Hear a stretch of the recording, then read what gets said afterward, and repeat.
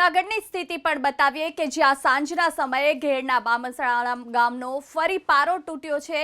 ભાદર નદીના પાણી ફરી વળતા પારો તૂટી ગયો। આ પહેલા પણ ચોમાસામાં બામણાસામાં આવો જ બનાવેલ પારો તૂટ્યો હતો।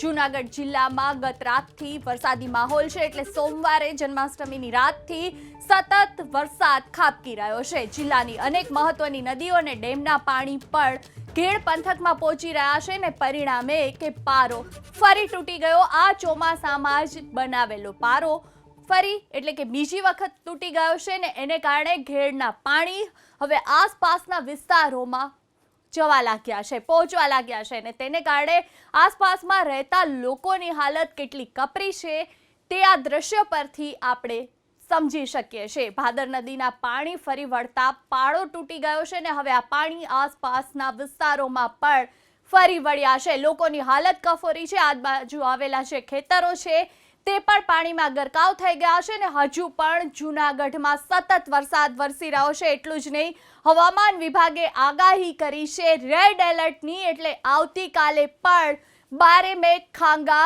જૂનાગઢમાં થઈ શકે છે। ત્યારે લોકોની સ્થિતિ શું થશે તે ખરેખર એક ચિંતાનો મોટો વિષય છે।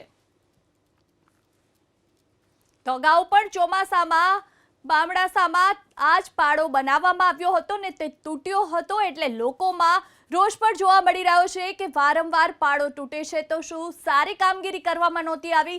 જિલ્લાની મહત્વની નદી અને ડેમના પાણી જમા થાય છે ઘેડમાં ને હવે આ બધું જ પાણી આસપાસના વિસ્તારોમાં ફેલાવા લાગ્યું છે। લોકોની હાલત પહેલેથી જ ખરાબ હતી અને પડ્યા પર પાટો પડ્યો હોય તેવો ઘાટ હવે સર્જાયો છે।